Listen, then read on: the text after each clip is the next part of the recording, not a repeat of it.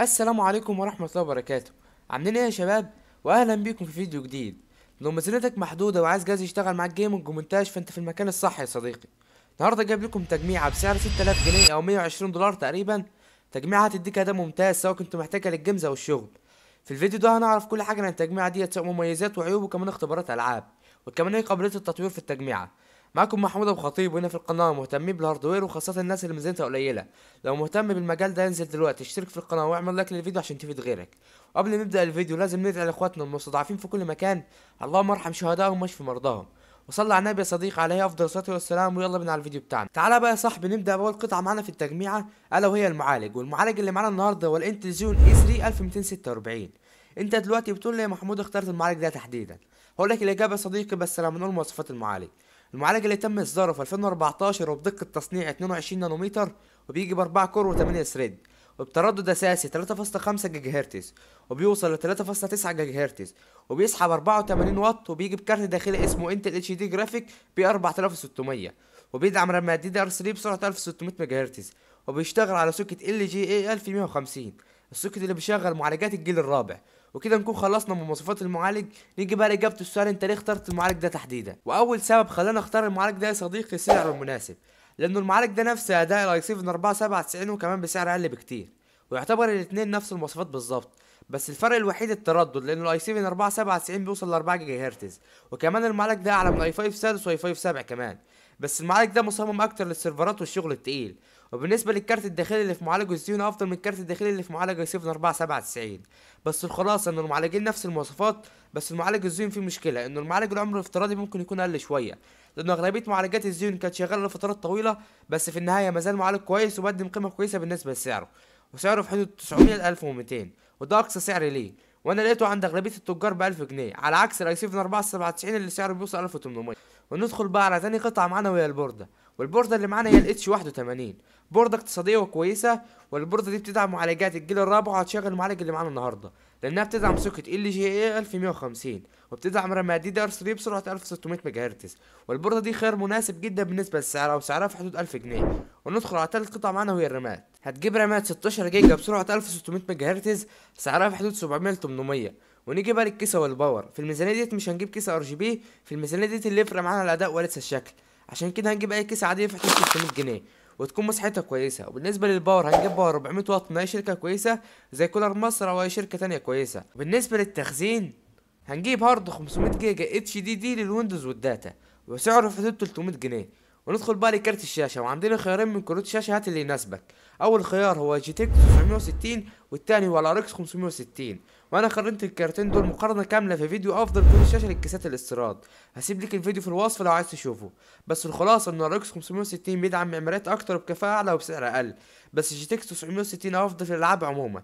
انا هختار اي كارت منهم، ولو يكن الجي تك 960 اللي تم اصداره في 2015، وبيعتمد على معماريه الماكس ويل، وبيجي ب 1024 كودا كورز، وبيجي ب 2 جيجا في رام جي دي دي ار 5، وبيسحب 120 واط، وبيحتاج وصل 6 بن. وبالنسبه للتقنيات اللي بيدعمها، بيدعم دايركت اكس 12، وبيدعم نفيديا جي سينك. والكارت ده هيديك اداء كويس في الالعاب وكمان المونتاج. ممكن يكون فيه صعوبه شويه لو جيت تشغل عليه لعبه حديثه، بس هو اداء كويس بالنسبه لسعره. وسعره في حدود 2000 ل 2500، ونسخه ال 4 جيجا في حدود 2800 ل 3000. وكده بقى اختبارات الالعاب وامكانيه التطوير في التجميع. تعالوا نشوف اختبارات الالعاب وبعدها نشوف ايه امكانيه التطوير في التجميع.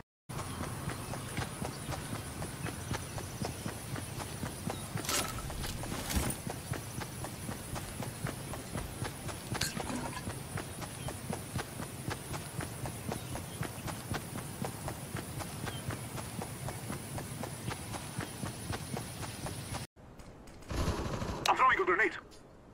The bomb is on the ground. I need help.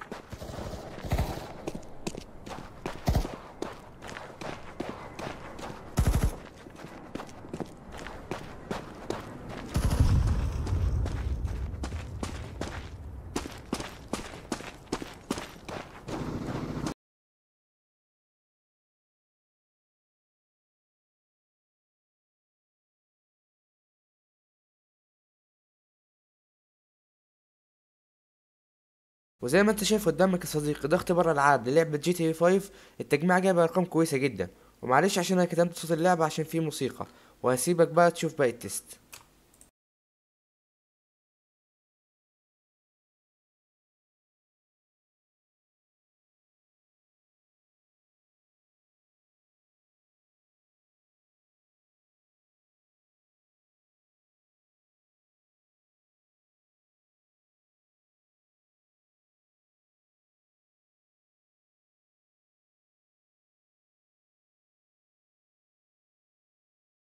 وده بقى يا صديقي اختبار العاب للعبه ريد ديد 2.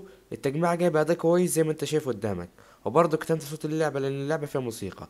هسيبك تكمل الاختبار وبعدين نروح نشوف ايه امكانيه التطوير في التجميع.